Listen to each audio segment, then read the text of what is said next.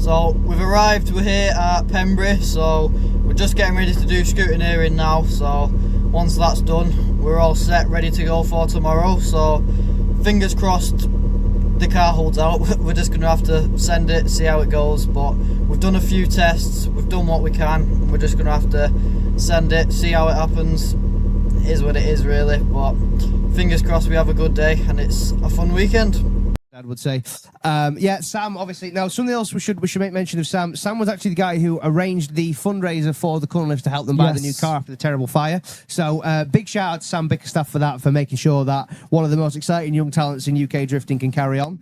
It's definitely a hugely important part of the championship, and it's great to still have great to know that the camaraderie involved in drifting is absolutely fantastic. Even James Dean donated to that fundraiser, which is insane. Anyway, Mackenzie Howarth now in the little Turbo MX-5. We were checking this car over in the pits last night because Kenzie fighting a little bit of a misfire, really struggling with grip here. The car is ever so gripped up, and the chassis being very, very short means he's really struggling to get out to that clip. Unfortunately, yeah, Kenzie, the car just not wanting to play ball. It's the power here is definitely struggling for him, but he is doing his absolute best with all the clutch kicks, doing a manful job to try and push that car through and across the line.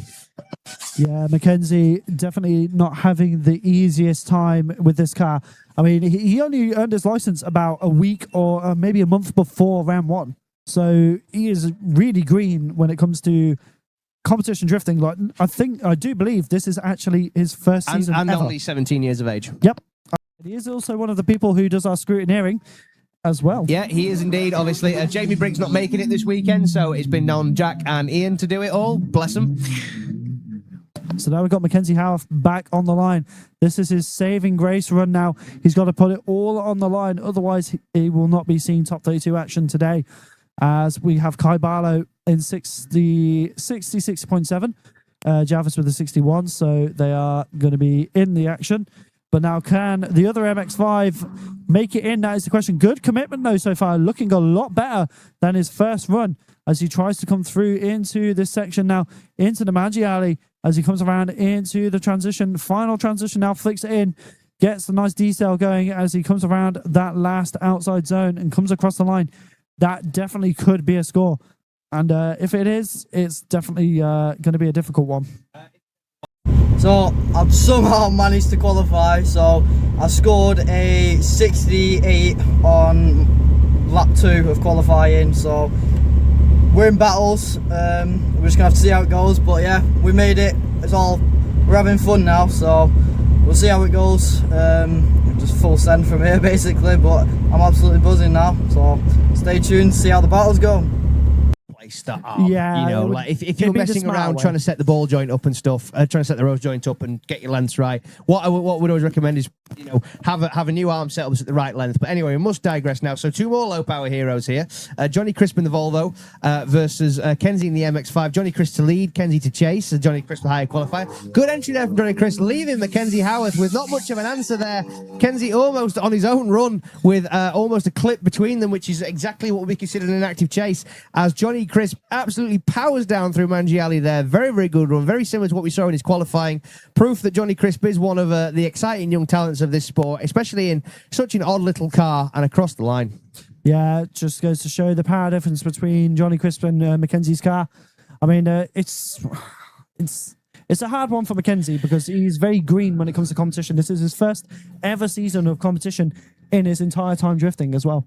Yes. Sorry, I got halfway through explaining a small issue that we had with the top 32. So unfortunately, the graphic was missing a data pack, which meant, unfortunately, that there was a qualifier missing. So, unfortunately, yes, Luke Pacey qualified 33rd, and it was simply because of zeros on both runs, on the second run for both drivers, because Luke went 3 wheels off, and it was down to which judge gave the highest score for the individual run that was scored.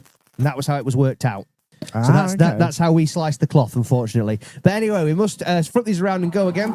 Mackenzie to lead and Johnny Chris chase. Wow, Johnny really expecting Kenzie to be a little bit faster than that, I think, but he's managed to keep it gathered up and stay on angle. Kenzie on a slightly weird line there, which is causing Johnny. Ooh, and a hit with the tyre bail from Kenzie Howarth, which has obviously knocked him a little bit, but he's managing to reinitiate and keep going. But yeah, that seems like that might be standstill delivered for Johnny Crisp there. Johnny almost took a tyre himself there as he went across the line. He did indeed, but he crucially, he didn't. He's smooshed.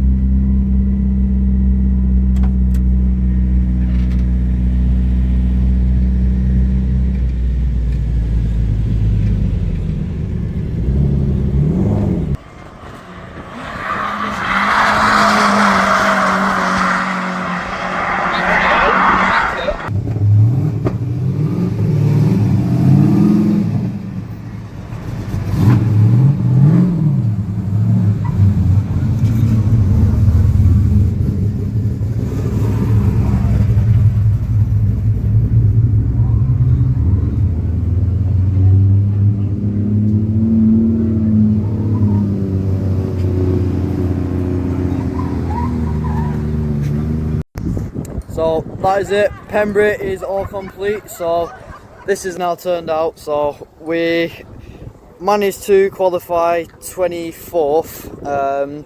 Then we got into battles, and I was quite happy with my chase.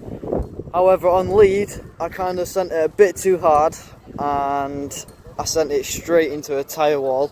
So a few scuffs right down the side of the car, and then we've got a little bit of a dint on rear quarter, but nothing major. We didn't break anything, so I'm absolutely buzzing.